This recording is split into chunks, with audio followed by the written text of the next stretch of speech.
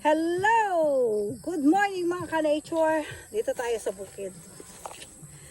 So, kumusta? Tagal po natin hindi nakapag-video.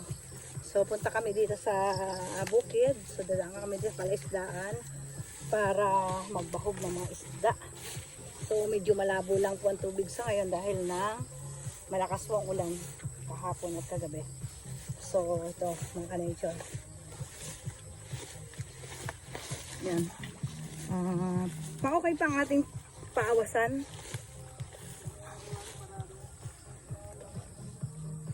So, ito medyo masukal na natin na naman ang ating bukid. Sa umahon tayo dito para magbakod.